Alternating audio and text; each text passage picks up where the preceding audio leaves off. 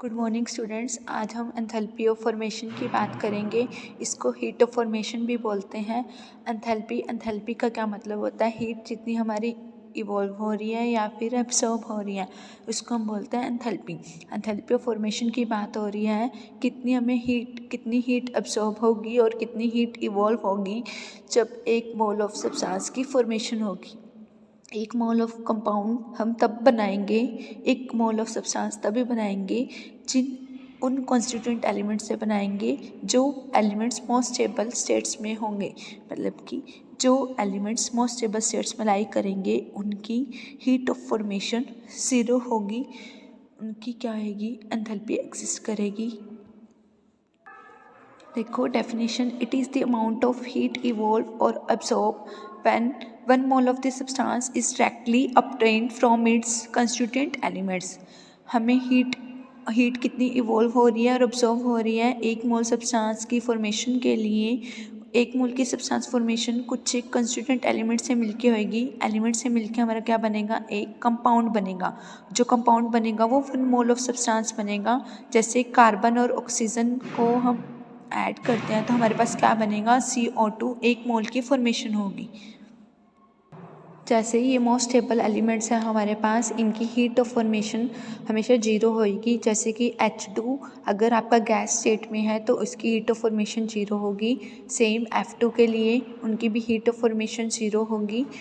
Chlorine के लिए, bromine के लिए, आयोडीन के लिए अगर वो गैसेस स्टेट में है तो इनकी हीट ऑफ फॉर्मेशन ज़ीरो होएगी। ये most stable formation of element है जिनकी हीट ऑफ फॉर्मेशन ज़ीरो होती है।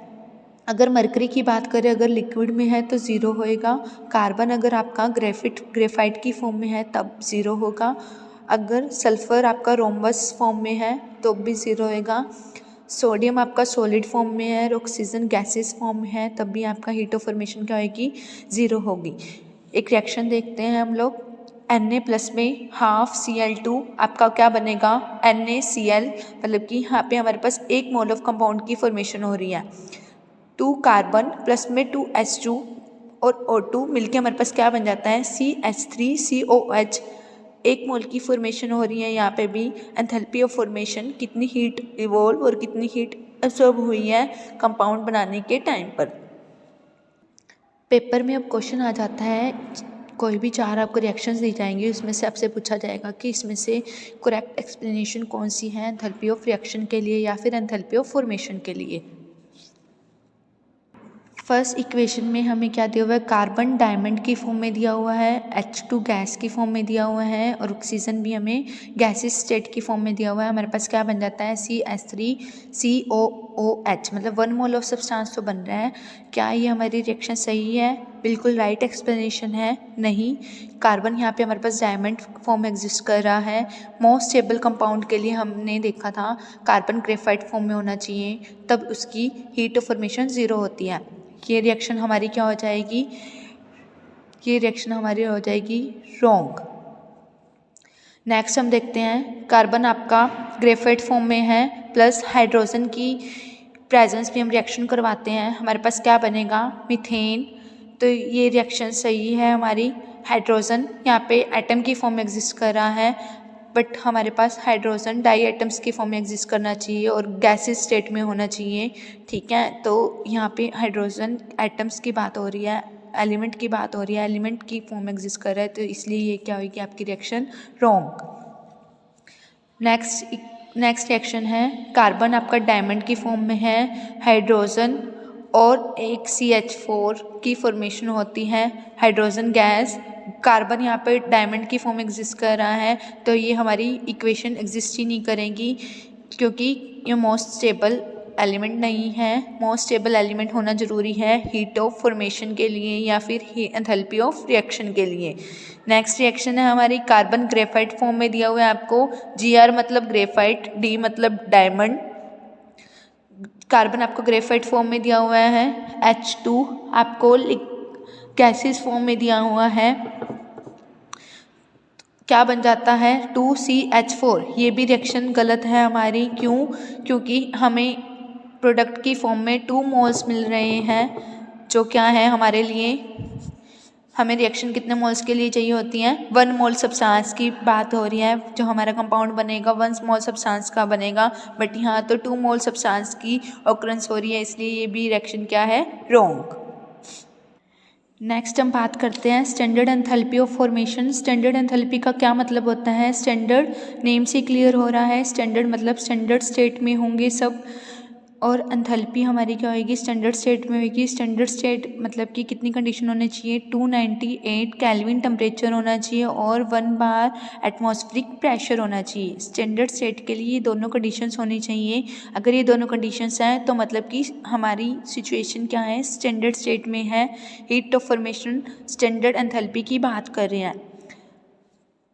नेक्स्ट हम न्यूमेरिकल देखते हैं। Calculate the heat of the following reaction. F2O plus में H2O 2HF प्लस में O2 की फॉर्मेशन होती है। To the heats of the formation of F2O H2O HF are 22 kilojoule per mole, minus का 285 kilo joule per mole, minus का 276 kilo joule per मोल। आपको enthalpies given है, heat of reaction find out करनी है। Heat of reaction का formula हमारे पास क्या होता है? Heat of formation of product minus heat of formation of reactant. हमें प्रोडक्ट्स की एंथैल्पी दी हुई है, रिएक्टेंट की एंथैल्पी दी हुई है, जस्ट वैल्यू पुट करके हमने क्या निकालनी है? Heat of reaction find out करनी है। 2HF मतलब कि heat of formation of product, ये फॉर्मूला अप्लाई करेंगे। एंथैल्पी को हम डेल से डोनेट करते हैं, del F H of F मतलब कि प्रोडक्ट क्या है हमारे पास? HF प्लस में del of F heat of product of formation of O2 minus reactant. Reactant की हम माइनस कर देंगे, 2 मल्टीप्लाई में माइनस का 276 हमें किसकी दी हुई है? प्रोडक्ट की दी हुई है। और O2 के लिए हम 0 लेके चलेंगे, क्योंकि O2 आपको गैसेस स्टेट में दी हुई है और ये मोस्ट स्टेबल एलिमेंट्स होते हैं, हीट ऑफ फॉर्मेशन इनके लिए 0 होती है। वैल्यूज़ पुट करेंगे रिएक्टेंट्स की भी, प्रोडक्ट्स की। O2 के लिए 0 वैल्यू पुट कर देंगे तो हमारी वैल्यू आ जाएगी माइनस का 289 किलो जूल। नेक्स्ट हम कर रहे हैं spontaneous and non spontaneous process. Spontaneous process कौन से होते हैं? जो प्रोसेस अपने आप हो जाते हैं उसको हम स्पॉन्टेनियस प्रोसेस बोलते हैं, और नॉन स्पॉन्टेनियस प्रोसेस वो होते हैं जो प्रोसेस अपने आप नहीं होते, उसको हम नॉन स्पॉन्टेनियस प्रोसेस बोलते हैं। स्पॉन्टेनियस में हमें बाहर से एक्सटर्नल एनर्जी की ज़रूरत नहीं पड़ती, सिर्फ थोड़ी सी इनिशिएशन की ज़रूरत पड़ती है। उसके नॉन स्पॉन्टेनियस में हमें एक्सटर्नल एनर्जी की नीड होती है, जैसे कि sugar dissolve in water, this is a spontaneous process. हमें इनको मूवमेंट करने की ज़रूरत नहीं होती, वो अपने आप डिज़ोल्व हो जाते हैं। इसको हम क्या बोलते हैं? Spontaneous process. Burning of candle, थोड़ी सी इनिशिएशन की इग्निशन की ज़रूरत होती है, उसके पास कैंडल अपने आप बर्न हो जाती है, this is also a spontaneous process. जैसे कि पानी का ऊपर से नीचे आना, this is a spontaneous process. Non spontaneous process में बिल्कुल उसका उल्टा होता है, पानी का नीचे से ऊपर जाना। झरने से पानी नीचे से ऊपर कभी भी नहीं बह सकता, इसलिए क्या होता है? नॉन स्पॉन्टेनियस प्रोसेस होता है। झरने से ऊपर से पानी नीचे आ जाएगा, लेकिन नीचे से ऊपर नहीं जा पाएगा, उसके लिए हमें एक्सटर्नल फोर्स अप्लाई करनी पड़ेगी, तो वो क्या होता है? Non spontaneous process. देखो, स्पॉन्टेनियस प्रोसेस हम 2 केसेस में डिस्कस करेंगे, जब हमें इनिशिएशन की ज़रूरत होती है और एक जब हमें इनिशिएशन की ज़रूरत नहीं होती है। ठीक है, फर्स्ट हम डिस्कस करते हैं इनिशिएशन की ज़रूरत होती है तो कौन कौन से एग्जांपल पॉसिबल हो सकते हैं। शुगर और वाटर को डिसॉल्व करते हो हमारे पास क्या बन जाता है? एक सॉल्यूशन बन जाता है शुगर का। सेम मिक्सिंग करते हो आप डिफरेंट गैसेस की, this is also a spontaneous process. Ice का वाटर में मेल्ट होना, this is also a spontaneous process. Spontaneous process जब हमें इनिशिएशन देनी पड़ती है, जैसे कि हाइड्रोजन और O2 इलेक्ट्रिसिटी प्रोवाइड करोगे तो आपके पास किसकी फॉर्मेशन होगी? वाटर की। कार्बन और ऑक्सीजन की इग्निशन करते हो तो कार्बन डाइऑक्साइड की फॉर्मेशन होती है। सेम कैल्शियम कार्बोनेट को हीट प्रोवाइड करोगी, आपके पास कैल्शियम ऑक्साइड और कार्बन डाइऑक्साइड की फॉर्मेशन होती है। कैंडल को बर्न करते ही कैंडल अपने आप जलना स्टार्ट कर देती हैं, this is example of the spontaneous process. अब एग्जाम्पल है नॉन स्पॉन्टेनियस प्रोसेस के। Flow of heat from a cold body to a hot body cold body से हॉट बॉडी में हीट का ट्रांसफ़र होना, this is non spontaneous process. Dissolution of the gold और silver in water. Flow of water from ground to the overhead tank. Next हम entropy के बारे में discuss करते हैं. एंट्रोपी को डिस्कस करने से पहले हमें ये पता होना चाहिए कि हमारी जो आइस है वो क्यों मेल्ट हो जाती है, बर्फ़ क्यों पिघलती है, और चाय का कप, गर्म चाय वाला कप, वो एकदम से ठंडा क्यों हो जाता है, थोड़ी देर के बाद चाय हमारी ठंडी क्यों हो जाती है, और एक बूंद रंग डालने पर पानी में क्यों मिक्स हो जाती है, वो एक बूंद पानी में एकदम से अच्छे से कैसे मिक्स हो जाती है. ये सब हम चीज़ें एंट्रोपी के ये सब किस पे डिपेंड करते हैं, एंट्रोपी पे डिपेंड करती है. ये फैक्ट डिसऑर्डरनेस की वजह से होता है. ठीक है, इसको हम एंट्रोपी बोलते हैं. डेफिनेशन देखो. Entropy is a thermodynamic state quantity which is a measure of randomness और डिसऑर्डर. एंट्रोपी के लिए हम एग्जांपल लेकर चलते हैं. हमारे पास 2 गिलास हैं, ग्लास 1, ग्लास 2. एक गिलास में तो हमारे पास आइस के क्यूब्स हैं, एक गिलास में सिंपल वाटर है. तो उससे हमें कैसे पता चलेगा किसकी एंट्रोपी सबसे ज़्यादा होगी. ये टेम्परेचर पर डिपेंड करती है. जिसका टेम्परेचर ज़्यादा होगा उसकी एंट्रोपी ज़्यादा होगी. नेक्स्ट हम एग्जांपल समझते हैं एंट्रोपी के लिए डाइस का. अगर हम 2 डाइस को थ्रो आउट करते हैं तो हमें ये पता नहीं चल पाता कि कौन सा नंबर आएगा. वो नंबर कोई भी हो सकता है. ठीक है, तो उसके लिए हमें कैसे पता चलेगा कि सबसे ज़्यादा एंट्रोपी किसकी होगी.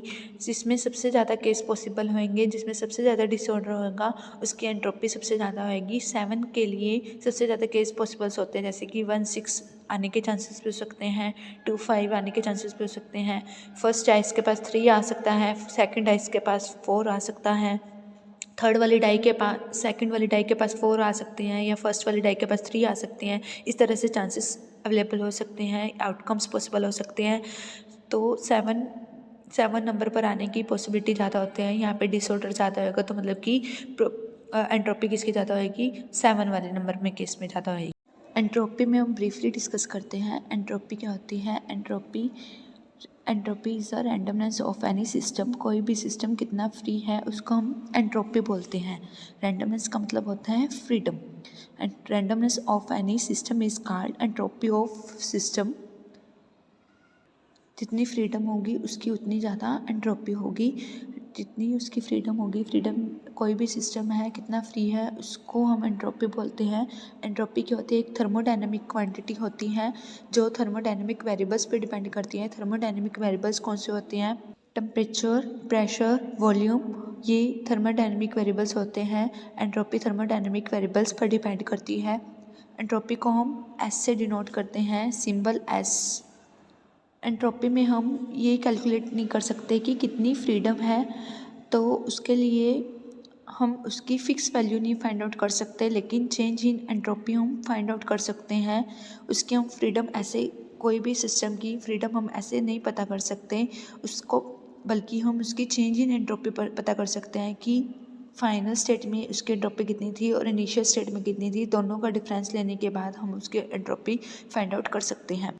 देखो, चेंज इन एंट्रोपी क्या होती है. Del S is equal to the S2 minus S1 final state, entropy of final state minus entropy of the initial state. अगर हम केमिकल रिएक्शन की बात करें तो एंट्रोपी किसके इक्वल होते हैं, entropy of the product minus entropy of the reactants. ये इसका मैथमेटिकल एक्सप्रेशन होता है. Del S is equal to the q reversible by में टी. क्यू क्या है, हीट. टी क्या है, टेम्परेचर. रिवर्सिबल का क्या मतलब होता है, जिस पास से आप आए हो उसी पास से वापस जाना है, जिस रास्ते से आप आए हो उसी रास्ते से वापस जाना है. जैसे हमारे पास 2 पाथ हैं, पाथ 1, पाथ 2. जिस रास्ते से आए हो वापस आपने उसी रास्ते से वापस जाना है. ठीक है, ये क्या होता है आपका रिवर्सिबल चेंज. डेल एस आपका क्या बताता है, मॉलिक्यूल्स कितने फ्री हैं यहाँ पर, उसको हम डेल एस से डिनोट करते हैं, मतलब कि चेंज इन एंट्रोपी. यूनिट्स की बात करते हैं एंट्रोपी की, तो जो हीट है आपकी जूल्स में मेज़र करते हैं, जूल और केल्विन कैलोरीज में. टेम्परेचर आपका केल्विन में मेज़र करते हो, तो जूल भी हो सकती है, कैलोरी भी हो सकती है. हीट की यूनिट जूल पर केल्विन टेम्परेचर, या फिर इसको हम वन एंट्रोपी यूनिट भी बोलते हैं। अगर वन एंट्रोपी यूनिट दिया हो तब भी एक ही बात है, जूल पर केल्विन दिया हो तब भी एक ही बात है। आपका क्यू क्या है, यहाँ पे पाथ फंक्शन है। जैसे जैसे आप पाथ जनरेट करोगे उसी हिसाब से आपकी हीट एक्सचेंज हो जाएगी। एक फैक्टर आता है del S is equal to Q reversible by में टी। अगर क्यू रिवर्सिबल हमारा कांस्टेंट हो जाता है, क्यू रिवर्सिबल हमारा कांस्टेंट हो जाता है तो ये del S is inversely proportional to 1/t। क्या ऐसा होगा? ये बिल्कुल रॉन्ग स्टेटमेंट है हमारी। अगर आपका लो टेम्परेचर है तो एंट्रोपी हाई होगी, अगर हाई टेम्परेचर है तो एंट्रोपी लो होगी। इस एक्सप्रेशन के अकॉर्डिंग तो हमारे पास ये वैल्यू होनी चाहिए थी, ठीक है, बट ऐसा कुछ भी पॉसिबल नहीं होता है। टेम्परेचर आपका एंट्रोपी पर डिपेंड करता है, मतलब कि एंट्रोपी आपके टेम्परेचर पर डिपेंड करता है। Entropy is directly proportional to the temperature. अब हम इसके कुछ एक फैक्टर्स डिस्कस करते हैं। जो एंट्रोपी है वो मास पे डिपेंड करती है, जितना ज़्यादा मास होएगा सिस्टम का उतनी ज़्यादा उसकी एंट्रोपी होएगी। सेकंड वन इज़ लिक्विड की ज़्यादा एंट्रोपी होती है as compare to the solid, because liquid में मॉलिक्यूल्स फ्री रहते हैं मूवमेंट के लिए। सॉलिड में मॉलिक्यूल्स और एटम्स जो होते हैं वो फिक्स होते हैं अपनी पोजीशन पे, उनकी मूवमेंट नहीं हो पाती हैं। लिक्विड में वो पार्टिकल्स फ्री रहते हैं अपनी पोजीशंस को मूव करने के लिए, इसलिए लिक्विड स्ट्रक्चर्स में ज़्यादा रैंडमनेस होएगी, इसलिए लिक्विड की ज़्यादा एंट्रोपी होएगी as compare to the solid. Third one इसे गैस की ज़्यादा एंट्रोपी होती है as compare to the liquid. Gas में मॉलिक्यूल्स बिल्कुल दूर दूर होते हैं और इसमें फ्री रहते हैं मूवमेंट के लिए, इसलिए जैसे ही वेपराइजेशन होता है मॉलिक्यूल्स के पास, पार्टिकल्स के पास फ्रीडमनेस होती है ताकि वो मूव कर सकते हैं अपनी पोजीशन से। फोर्थ वन आता है जितना जैसे जैसे टेम्परेचर इंक्रीज़ होएगा आपकी एंट्रोपी इंक्रीज़ होती जाएगी। गैसेस स्टेट में जैसे ही हम टेम्परेचर इंक्रीज़ करते जाते हैं मॉलिक्यूल्स वैसे ही उनकी इंक्रीजिंग फ्रीडम मोशन इंक्रीज़ हो जाएगा और उन हायर टेम्परेचर पे वो ईज़िली मूव आउट कर सकते हैं। नेक्स्ट हम लिमिटेशंस पढ़ेंगे, limitations of the first law of the thermodynamics. इसके बाद इसकी कुछ लिमिटेशंस थी जो सेकंड लॉ ऑफ थर्मोडायनेमिक्स ने प्रूव की थी, ठीक है। फर्स्ट लिमिटेशन तो ये थी कि इसने डायरेक्शन के बारे में कुछ नहीं बताया था। इसने डायरेक्शन के बारे में ये नहीं बताया था कि हीट कहाँ से फ्लो होगी, हाई से लो में फ्लो होगा हीट का या फिर लो लेवल से हाई लेवल में फ्लो होगा। इसने इस प्रोसेस के बारे में कुछ नहीं बताया। फर्स्ट लॉ ऑफ थर्मोडायनेमिक्स ने इसमें सेकंड लॉ यह है कि प्रोसेसेस के बारे में नहीं बताया, प्रोसेस स्पॉन्टेनियस होगा या नहीं होगा, नॉन स्पॉन्टेनियस प्रोसेस होगा या नहीं होगा, कौन सा प्रोसेस होगा, इन्होंने इस प्रोसेस के बारे में नहीं बताया।